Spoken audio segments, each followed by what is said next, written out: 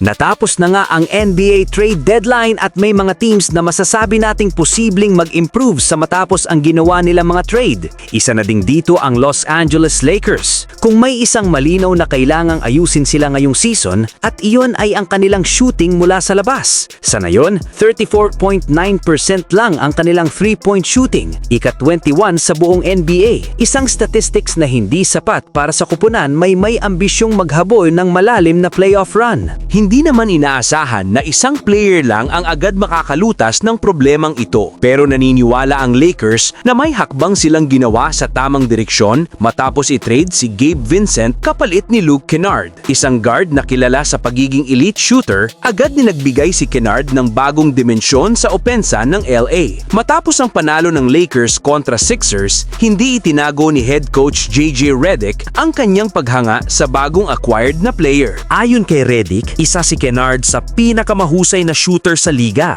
at nais niyang mas maging agresibo ito sa pagkuha ng tira. Binigyang din niya ang underrated na bahagi ng laro ni Kennard, ang kakayahan nitong gumalaw ng walang bola, gumawa ng tamang pasa at buhayin ng opensa sa second actions. Sa kasalukuyang season, napakaganda ng shooting numbers ni Kennard na may 53.7% mula sa field, 49.7% mula sa tres at 91.4% sa free throw line. Siya rin ang nag-iisang Lakers player na may tsansang mapasama sa prestigyosong 50-40-90 club. Gayunpaman, may isang malinaw na issue. Masyado siyang mapili sa mga tira. Sa kabuuan, nasa 149 pa lang ang kanyang 3-point attempts. Mas kaunti kumpara kina Luka Doncic, Austin Reeves, Rui Hachimura, Marcus Smart at Jake LaRavia. Kung magiging designated shooter siya ng Lakers, malinaw ang mensahe. Kailangan niyang maging volume shooter. Tinawag na ito ni Redick at umaasa ang kupunan na magiging mas assertive si Kennard sa Los Angeles. Sa kabila ng kanyang mga limitasyon, agad na nagbibigay si Kennard ng floor spacing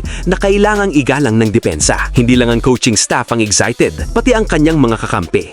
Ayon kay Austin Reeves, sapat na ang kaunting space para ituring na automatic na puntos ang tira ni Kennard. Kung gagawin ni Kennard ang mas mataas na volume ng attempts, posible siyang maglabas ng pinakamahusay na season ng kanyang karera. Malaki man o steady lang ang kanyang numero, malinaw na makakatulong ang kanyang presensya sa pag-ayos ng shooting woes ng Lakers. At bukas, masusubukan agad siya dahil inaasahan na bukas ang kanyang unang laro bilang Lakers kontra sa Golden State Warriors. Samantala, malinaw na pinili ng Milwaukee Bucks na panatilihin si Giannis Antetokounmpo hanggang matapos ang trade deadline. Ibig sabihin nito, ang lahat ng usapan ay tuluyang lilipat sa off-season at doon papasok bilang lehitimong banta ang Los Angeles Lakers. Sa ngayon, hindi sapat ang assets ng Lakers para makipagsabayan bago ang deadline. Iisa lang ang first-round pick na pwede nilang ialok, kaya hindi naging realistic ang anumang mid-season deal. Ngunit kapag dumating ang NBA draft sa Hunyo, magbabago ang sitwasyon. Magkakaroon ng Lakers ng kakayahang mag-alok ng 3 first-round picks kasama ang malaking cap space na maaaring gamitin sa sign-and-trade scenarios. Ayon sa mga ulat nitong nakaraang linggo, matagal nang tinitingnan ng Lakers bilang isang team of interest at isang very viable threat sakaling hindi maituloy ang trade bago ang deadline. Isa sa pinakamalaking bentahe ng Lakers ay ang cap relief na maaari nilang ibigay sa Milwaukee, isang bagay na mahalaga ngayon sa Bucks matapos ang pag-waive at pag-stretch ng kontrata ni Damian Lillard. Siyempre, hindi lang Lakers ang pwedeng maglatag ng solidong alok. May ibang teams na kayang magbigay ng mas batang assets o mas maraming picks. Dito pumapasok ang tanong kung isasama ba si Austin Reeves sa isang posibleng deal.